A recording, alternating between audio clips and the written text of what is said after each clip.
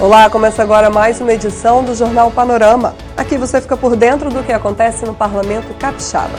Nesta edição você vai ver: Colegiado de Educação discute falta de bibliotecários em escolas públicas. Diretor do Hospital Infantil de Vitória presta esclarecimentos à Comissão de Proteção à Criança e ao Adolescente.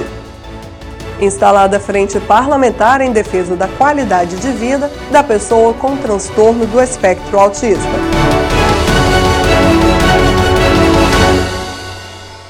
Veja quais foram os principais assuntos em discussão no primeiro dia de trabalho da semana em plenário. A repórter Patrícia Bravin traz as informações. Na sessão desta segunda-feira foram lidos 18 projetos de autoria parlamentar. Eles começaram a tramitar e seguem para análise das comissões permanentes. Dentre eles, destaque para a iniciativa do deputado Sérgio Majeski, que obriga a publicidade prévia das indicações para os cargos do alto escalão do governo e de empresas públicas e exige ainda a análise dos indicados pelo Conselho Estadual de Ética Pública. Isso já é uma prática comum em algumas democracias mais maduras. E isso ajuda a preservar o próprio governo, porque nós temos até um exemplo que aconteceu aqui no estado esse ano. Foi nomeado um presidente do Banesp que, quando tomou posse no dia seguinte, foi preso. Então, se ao fazer a nomeação o governo dá publicidade disso antes da posse definitiva, e com a necessidade de um parecer do Conselho de Ética, dá para se saber se existe processo, existem acusações contra essa pessoa, né? É uma forma de dar publicidade clara sobre aqueles que ocuparão cargos no alto escalão, né, das empresas estatais e do governo. E eu creio que ajuda a preservar o próprio governo de questões como essa que aconteceu esse ano em relação ao presidente do Banesp. Então, nós esperamos que essa proposta tramite pela casa e que seja aprovada, porque eu acho que assim, eu canso de dizer isso, né? Quanto mais transparência a gente der dos atos dos governos, dos nossos atos aqui da Assembleia também, mais confiança a população terá, né, naquilo que a gente faz, naquilo que as instituições públicas fazem. Então, eu acho que é um projeto que vem ao encontro dos anseios da sociedade. E é um projeto importantíssimo, no sentido de dar transparência a quem é que é nomeado e dar oportunidade da população fazer denúncia. Então, porque foi anunciado quem vai ser nomeado para o posto X, mas a posse será daqui, 30 dias. Então, nesse período, a população tem o tempo também de fazer denúncia, se tiver alguma coisa contra essa pessoa, e, no final, o Conselho Estadual emite o seu parecer. O projeto não impede a nomeação propriamente dito, mas dá uma ampla transparência a esses atos. Outro projeto que também começa a tramitar é de autoria do deputado Emílio Mameri. Ele estabelece normas e princípios a serem observados pelos estabelecimentos comerciais que trabalham com exposição, higiene, estética, permanência, venda ou doação de animais. O Brasil é um país que aproximadamente nós estamos aí no terceiro lugar sobre a comercialização de animais de estimação, principalmente animais de pequeno porte. E o que nós observamos na prática é que esses estabelecimentos comerciais, principalmente, que negociam esses pequenos animais, precisam ter uma regulamentação. Porque nós não encontramos, e a observação é grande, porque eu tenho animais em casa, eu tenho gato, eu tenho cachorro pequenos, e eu frequento esses pet shops e tudo, que comercializam muitas vezes animais, as condições adequadas para que esses animais estejam ali expostos. Muitas vezes as condições sanitárias, as condições da própria alimentação, o ambiente úmido, e que na verdade vem trazer um malefício a esses pequenos animais. Então, o que eu pretendo com isso? Eu pretendo que nós possamos estabelecer normas, regulamentar. Quem quer exercer esse comércio, que o faça, mas que o faça dentro de condições aprovadas e regulamentadas pelo órgão público. Hoje foi comunicada a instalação da Frente Parlamentar para a Promoção da Qualidade de Vida da Pessoa com Transtorno do Espectro Autista. O presidente é o deputado Torino Marques e o vice-presidente, deputado delegado Danilo Baiense. E na ordem do dia foi aprovado o projeto que denomina Rodovia Tainá Andressa de Jesus Prado, o trecho da ES 476, que passa pela sede de Viana. O objetivo desta proposta é prestar homenagem póstuma à adolescente que foi vítima de crime sexual aos 12 anos de idade. Obrigada, Patrícia. No trabalho das comissões, os problemas enfrentados nas escolas públicas com a falta de bibliotecários foram tema no Colegiado de Educação. A importância das bibliotecas nas escolas públicas municipais e estaduais foi o assunto em foco no Colegiado de Educação. Gleice Pereira, professora universitária e pesquisadora na área de biblioteca escolar, destacou a função colaborativa desse espaço junto ao trabalho do professor. É na biblioteca que tem todas as atividades colaborativas com o professor. O que é essa atividade colaborativa?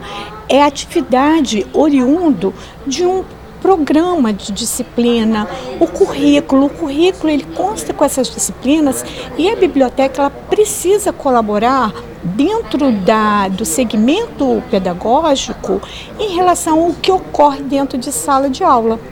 O bibliotecário e o professor devem ser parceiros mútuos com a interlocução do pedagogo. O município de Vila Velha foi citado como referência em relação ao funcionamento das bibliotecas escolares, com o aumento da contratação de bibliotecários.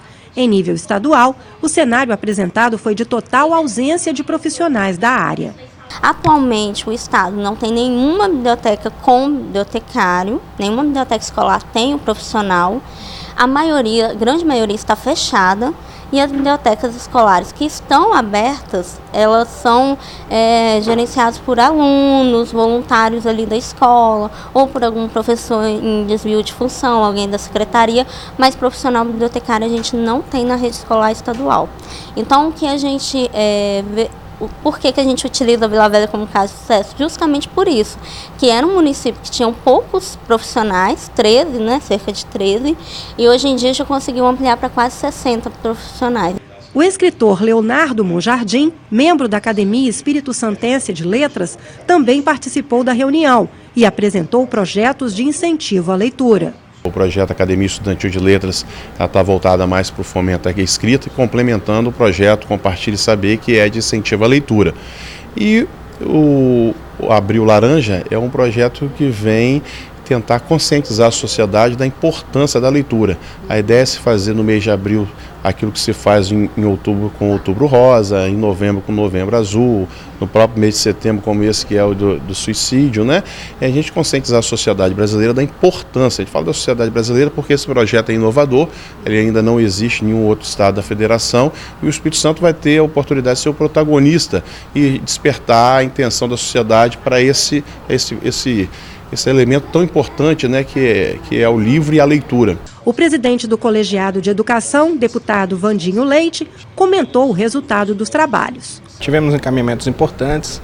Primeiro, um dos professores presentes no debate, o professor Leonardo Monjardim, ele sugeriu a criação de um mês em que seja um mês de incentivo à leitura. Ele chamou de Abril Laranja, até nos deu já uma fita aqui para representar isso, e nós vamos protocolar com a assinatura de todos os parlamentares da Comissão de Educação, um projeto de lei instituindo o mesmo. Acho importante esse fomento de incentivo à leitura. Um outro ponto importante foi uma indicação para que aconteça na rede estadual de ensino a revitalização das bibliotecas. Muitas bibliotecas hoje nas escolas estão completamente abandonadas, em algumas escolas até de forma inexistente, e as escolas que têm uma boa estrutura de biblioteca, faltam os profissionais, os bibliotecários, E a terceira indicação tem a ver até com isso, porque o governo hoje não tem profissionais da área de biblioteconomia para acompanhar as escolas, trabalhar em parceria com os pedagogos e os professores. Então, esse é o terceiro ponto que nós vamos passar para o governo essa indicação e vamos cobrar veementemente porque acreditamos que a base da educação está na leitura. O diretor do Hospital Infantil de Vitória participou da reunião do Colegiado de Proteção à Criança e ao Adolescente. O tempo de construção do imóvel e seu reaproveitamento como unidade de saúde foram citados como fatores na geração dos atuais problemas. A reunião extraordinária da Comissão de Proteção à Criança e ao Adolescente recebeu o diretor e o técnico em segurança do trabalho do Hospital Infantil de Vitória para prestarem esclarecimentos sobre as condições da instituição. Nélio Almeida dos Santos e Alexandre Rangel apontaram a precariedade da construção de 86 anos como o maior problema.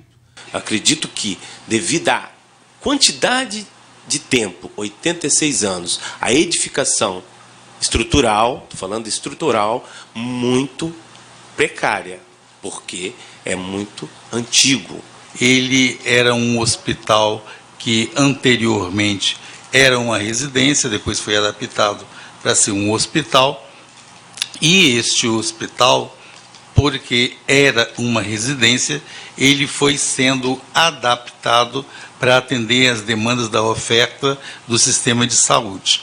O deputado Hudson Leal apresentou um relatório de contratos realizados pelo hospital durante o ano de 2016. Fui convidado pelo deputado Lourenço Pasolini para ver os números, porque aquilo ali era uma temática da Comissão de Saúde da qual eu faço parte, mas ele trouxe para aqui, para criança e adolescente, e falou sobre os contratos, que em 4 anos, levantado pela transparência, 63 milhões em contratos feitos pelo Hospital Infantil Nossa Senhora da Glória, que é um hospital que tem autonomia administrativa. E ele disse algumas coisas, que 5 contratos ou 6 contratos, 60% dos valores, aqueles valores, foi para 5 contratos. Então nós detivemos em alguns contratos, são 5 ou 6 empresas, não me recordo, e foi feito o balizamento. Em 2016, o que foi contratado pelo hospital, com o número de exames, então o que foi contratado pelo aquele hospital, o que foi contratado, o que seria esse valor se fosse pago a um convênio que é média de mercado aqui no estado do Espírito Santo, que paga muito bem, que é a Unimed, e o SUS. Eu acho que esses exames deveriam ser feitos com a tabela do SUS. Eu acredito, assim, com a moderna gestão, consegue colocar dentro do hospital pagando tabela do SUS. Então, foram os números que nós mostramos, não quer dizer assim nada, a gente sabe da dificuldade para se chegar, não houve acusação a ninguém, então se para chegar a uma licitação, são várias pessoas que trabalham. Então, às vezes, a gente está do lado de pessoas que a gente acha que é de confiança. Então, assim, não tem acusação nenhuma ao diretor do hospital. Só tem que a matéria foi levantada, causa um clamor, eu me assustei, não esperava que fosse isso, revi 1, 2, 3, 4, 5 vezes, mas são esses números mesmo. Foi repassado por presidente da comissão, o delegado Lourenço Pasolini, e ele vai tomar as devidas providências. A comissão aprovou a criação de uma comissão parlamentar de inquérito para investigar contratos da saúde no Espírito Santo. Nós vamos ponderar junto aos colegas a necessidade de instalação de uma comissão parlamentar de inquérito, uma CPI nessa casa, para que nós possamos ampliar o objeto de apuração e entender por que o dinheiro não chega lá na ponta. Sabia que quando você joga lixo nas ruas, também está poluindo rios e mares? O bueiro é que faz esse papel de carregar os dejetos para as águas. O impacto desses resíduos sólidos nos animais de vida marinha foi tema na reunião da Frente Parlamentar que fiscaliza obras de tratamento de esgoto. O organismo de animais como tartarugas, peixes e golfinhos muitas vezes é o destino final de canudos, sacolas, tampinhas e vários outros resíduos sólidos. O impacto desses materiais para a vida marinha foi debatido pela Frente Parlamentar que fiscaliza obras de coleta e tratamento de esgoto. O presidente do IPRAM, Instituto de Pesquisa e Reabilitação de Animais Marinhos, disse que é frequente encontrar animais encalhados na costa capixaba que acabam morrendo por conta da ingestão de fragmentos de lixo. Quando esse material entra, no trato digestivo desses animais, ele pode causar obstrução, então o animal não consegue mais comer nada porque ele está obstruído, ele vai definhando e emagrecendo. Ou se esse material é muito resistente e pontiagudo, ele pode machucar o interior dos órgãos digestivos do animal, né? E um exemplo que eu dei também foi sufocamento. Então, às vezes o animal ele fica asfixiado porque pinguim, tartaruga, golfinho, esses animais eles respiram oxigênio, eles têm que vir na superfície para respirar. Então, às vezes o fragmento de origem humana ele obstrui a via respiratória e o animal morre sufocado. Representantes do projeto Pegada, que atua na limpeza de ambientes naturais, como praias e rios, falaram sobre a importância da educação ambiental e sobre o papel de cada cidadão no combate ao lixo marinho. Por que a gente vai consumir aquele copo descartável se a gente pode ter um único copo e usar ele várias vezes? A gente pode ter um canudinho de inox ou a gente pode nem mesmo usar canudo. Muitas vezes, acho que em 90% dos casos, a gente nem precisaria do canudo para tomar um suco, para beber uma água, um refrigerante, uma cerveja, seja o que for, a gente não precisa do canudo.